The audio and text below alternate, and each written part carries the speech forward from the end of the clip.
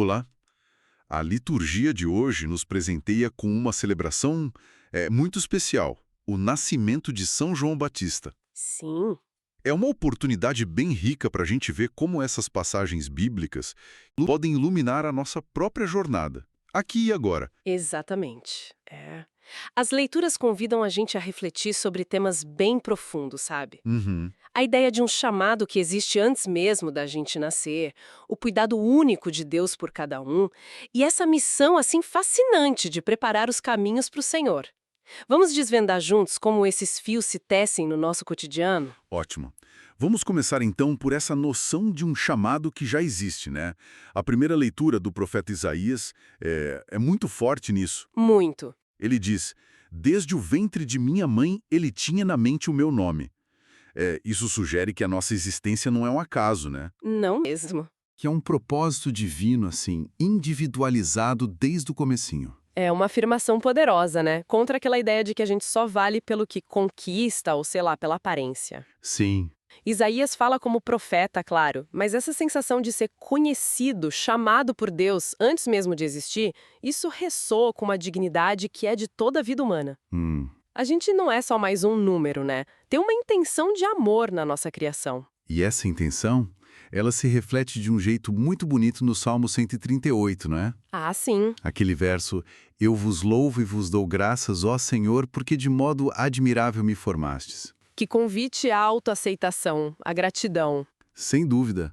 Num mundo que muitas vezes mede a gente por padrões externos, né? Padrões que às vezes nem dá para alcançar. Exato. O Salmo chama a gente a reconhecer que somos prodígio e maravilha aos olhos de Deus.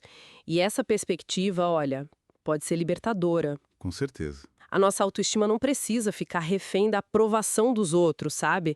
Ela pode se ancorar nesse reconhecimento, somos obra-prima do Criador. Imagina o impacto disso na forma como a gente se vê, como a gente se relaciona. Isso. Isso nos leva direto para o nascimento de João Batista, lá no Evangelho de Lucas. Tem um momento chave quando Zacarias escreve o nome do filho, João é o seu nome. E aquilo causa um espanto, né? Porque quebra a tradição da família. E essa quebra de tradição é muito significativa. O nome João quer dizer Deus é gracioso ou Deus teve misericórdia. Que lindo. Ao insistir nesse nome contra o costume, Zacarias e Isabel estão reconhecendo, proclamando a ação extraordinária de Deus na vida deles. E na missão daquele menino. Não é só um nome, é uma declaração de fé sobre o que Deus está fazendo ali. Faz sentido. A admiração dos vizinhos, o que virá a ser este menino, mostra que eles perceberam, sabe? Perceberam algo divino acontecendo. E a missão desse menino fica bem clara lá nos Atos dos Apóstolos. Sim, Paulo relembra as palavras do próprio João Batista: "Eu não sou aquele que pensais que eu seja, mas vede, depois de mim vem aquele do qual nem mereço desamarrar as sandálias." Ele sabia direitinho qual era o papel dele. olha, aqui tem um ponto crucial, a humildade de João. Ele não busca os holofotes para si, né? Não mesmo. A grandeza dele está em apontar para alguém maior, para Jesus. Ele é a voz que clama no deserto, preparando o caminho. Isso desafia a gente hoje. Qual é a nossa missão? Muitas vezes não é ser o protagonista, sabe? Mas preparar o terreno para que a graça de Deus possa florescer no coração das pessoas. E como seria essa preparação de caminho no nosso dia a dia? Nesse deserto moderno, que pode ser, sei lá, indiferença, correria, superficialidade. Pode se manifestar de formas muito concretas, muito simples até. Ser essa voz pode significar, por exemplo, defender a justiça onde tem opressão, Hum, praticar a paciência no trânsito caótico, oferecer uma escuta atenta para alguém que está sofrendo, escolher a honestidade mesmo quando seria mais fácil dar um jeitinho, sabe? entendi. Pequenos gestos. Pequenos gestos de coerência, de amor, que vão aplainando os caminhos para que outros possam encontrar esperança.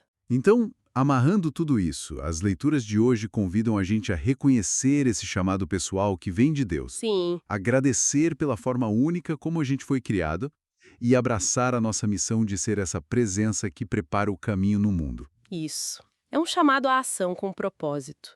Viver não apenas para si, mas como parte de um plano maior. Prestar atenção, como os vizinhos de Isabel fizeram, aos sinais da graça na comunidade e se alegrar com eles. Que bonito isso. Partilhar a esperança que a gente carrega, Talvez não com grandes discursos, mas com a autenticidade da nossa vida. A missão acontece na simplicidade, sabe? Nas nossas escolhas e atitudes diárias. Uma bela síntese, realmente.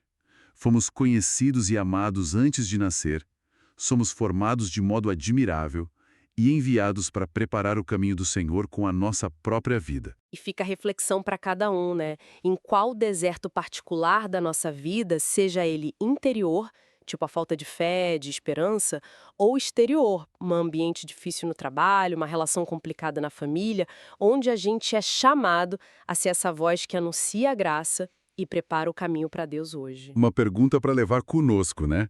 Se essa conversa ressoou de alguma forma, deixem um like, um comentário, partilhando o que mais tocou. Isso, seria ótimo saber. Até a próxima.